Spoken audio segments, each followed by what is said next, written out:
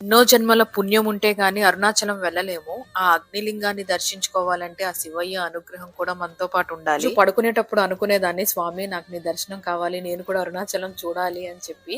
అసలు అది సడన్ గా ఎలా అయిపోయిందో, మేము అందరం కలిసి ఒక రోజు బయలుదేరి వెళ్ళిపోయాము. మీరు నంబర్ చెప్తే మా కోసం ఒకళ్ళు వచ్చారనమాట అక్కడికి. వాళ్ళకి మా లాంగ్వేజ్ రాదు, మాకు వాళ్ళ లాంగ్వేజ్ రాదు. మా గిరి ప్రదక్షిణ అయిపోయిన తర్వాత తెల్లవారుజామున 6 గంటలకి, అది కూడా సోమవారం, మమ్మల్ని గర్భగుడిలోకి తీసుకెళ్లారు. తీసుకెళ్లి స్వామి అగ్నిలింగం మీద ఉన్న ఆ దండ తీసి మా వారి మెడలో వేసి చాలా ఒక 10 మినిట్స్ వరకు పూజ చేశారనమాట. నేను వెనక్కి తిరిగి చూస్తున్నాను, భక్తులు చాలా మంది ఆగిపోయి ఉన్నారు.